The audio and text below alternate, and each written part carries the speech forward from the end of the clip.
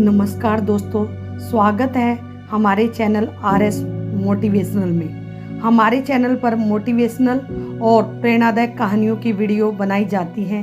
ये कहानी कृष्ण रास लीला की है, जिसमें यह बताया गया है कि कृष्ण और राधा यमुना तट पर कैसे रास लीला करते थे।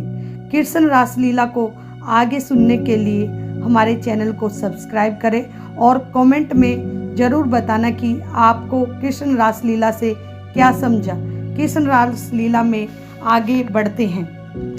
कृष्ण ने राधा और गोपियों के साथ यमुना किनारे जब पहली बार रास लीला रचाई तो उस दिन सारी पुरानी परंपराएं टूट गई। यह रास लीला ग्वालों और गोपियों के बीच एक खेल के रूप में शुरू हुई और कृष्ण की बांसुरी की मनमोहक धुन के साथ अपने चरम पर पहुंची।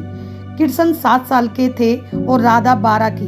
उनके साथ ही उन्हीं की उम्र के बच्चों की एक बड़ी टोली रहा करती थी। यूँ तो कृष्ण का जन्म एक राज परिवार में हुआ था, लेकिन उनका लालन पालन एक ग्वाला परिवार में हुआ। उनको पालने वाले पिता नंद ग्वाले थे। हालांकि वह ग्वालों के मुखिया थे, फिर भी ग्वाले का काम करते थे और राजसी ठाठ से वह कोसों दूर थे। माँ यशोदा ने कृष्ण को जन्म नहीं दिया था, लेकिन वह खुद इस बात को नहीं जानती थी कि जन्म से ही कृष्ण को भगवान के अवतार के रूप में देखा गया था। दरअसल उनके जन्म से पहले ही उनके बारे में तमाम तरह की भविष्यवाणी की गई थी।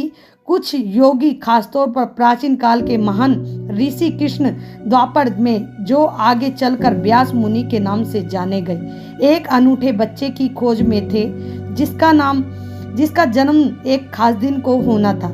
इस दौरान उन्हें कृष्ण के धरती पर आने के बारे में पता लगा। वैसे भी उनके आने का इंतजार योगी बहुत लंबे समय से कर रहे थे। जन्म के साथ ही कृष्ण को तारणहार कहा गया है। दरअसल उनको लेकर हुई भविष्यवाणियां और गणनाओं की वजह से माना जा रहा है कि वह लोगों को उनके दुख, दर्द और पीड़ा से मुक्ति दिलाएंगे। बाद में जिस तरह वह धरती पर जिए और जैसे उपदेश उन्होंने लोगों को दिए, उनसे उनके बारे में की गई सभी भविष्यवाणियां साबित हुई। गोकुल और बरसाना के ग्वाले वृंदावन नाम की एक जगह पर जाकर बस गए थे। वृंदावन काफी खुली और हरी भरी जगह थी। ये नई बस्ती कई मायनों में पुरानी मान्यताओं को तोड़ने वाली और ज्यादा खुशहाल साबित हुई, क्योंकि ये लोग अपने पुराने परंपरागत घरों को छोड़कर आए थे, इसलिए इनके पास पहले से अधिक आज़ादी थी।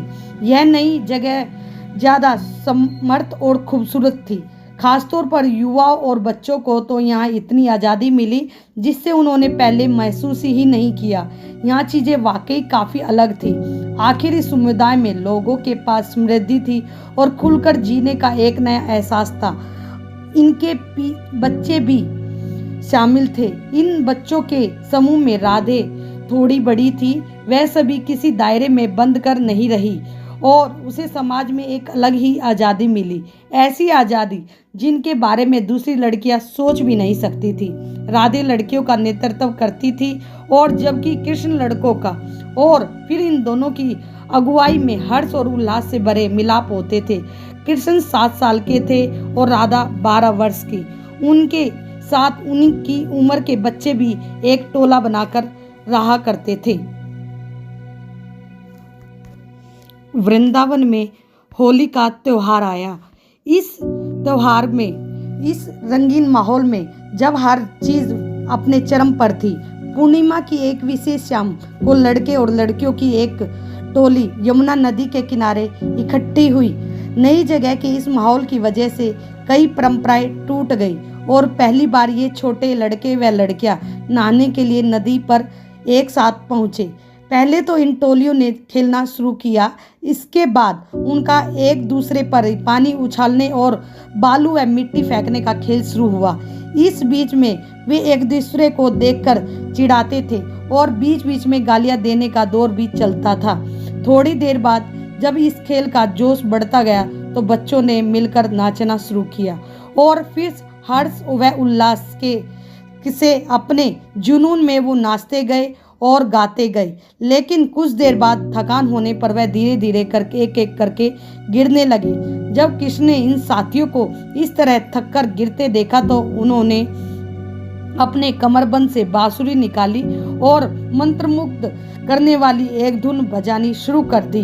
कृष्ण की बांसुरी की यह धुन अत्यंत मनमोहक थी, जिसे सुनकर सभी उठ खड़े हुए और वे फिर सभी मस्ती में झूमते गए और नाचते गए। वे इस धुन में नाचते नाचते इतने मगन हो गए कि वे अपने आप ही कृष्ण के चारों ओर जमा हो गए। नाच का यह दौर लगभग आधी रात तक यूं ही चलता रहा। पूर्णिमा की एक विशेष शाम को लड़के और लड़कियों की यह टोलियां यमुना नदी के किनारे इकट्ठी हुई। नई जगह के इस माहौल की वजह से कई परंपराएं टूट गई। यदि दोस्तों आपको यह वीडियो अच्छी लगे तो हमारे चैनल को लाइक करना, सब्सक्राइब करना। धन्यवाद।